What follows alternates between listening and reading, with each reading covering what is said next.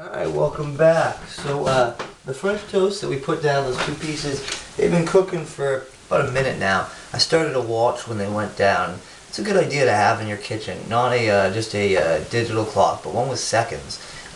So you don't want to just be looking at, the clock on the microwave or the stove. Find one with second markers. A little stopwatch like this, or like $10 at Wally World. You'd be surprised the difference between 3 minutes and 5 seconds and 3 minutes and 55 seconds with certain things cooked over certain heat. And so it's a good idea to have a watch around. So I'm just going to take a peek and see how these bad boys are going. Oh, they look good.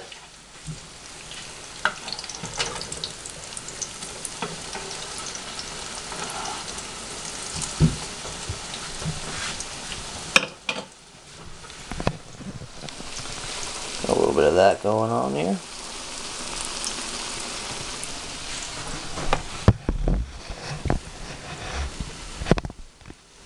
Nice and golden brown.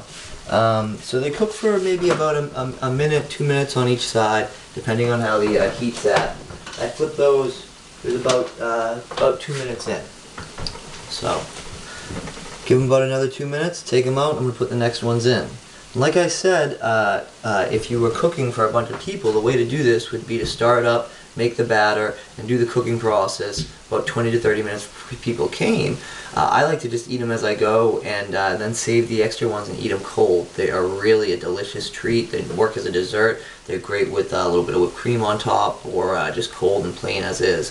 The nice thing about it is while it's got all this stuff in it, it's a nice inclusive meal. You're not looking to eat it with anything else. So, the really only other thing you got to know when making this is the oil and butter are going to go down as you're cooking. So you're going to add oil and you're going to add butter as you go along.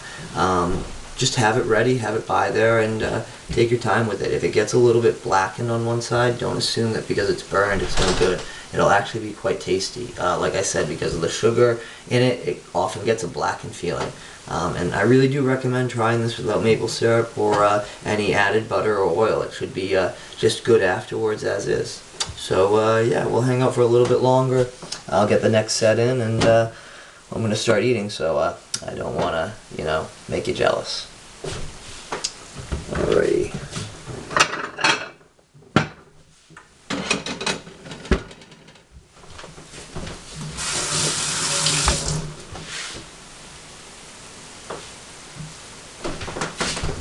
You don't have to use the SoDelicious coconut milk.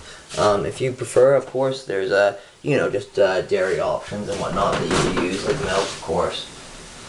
At about 2 minutes, so take a gander. Actually,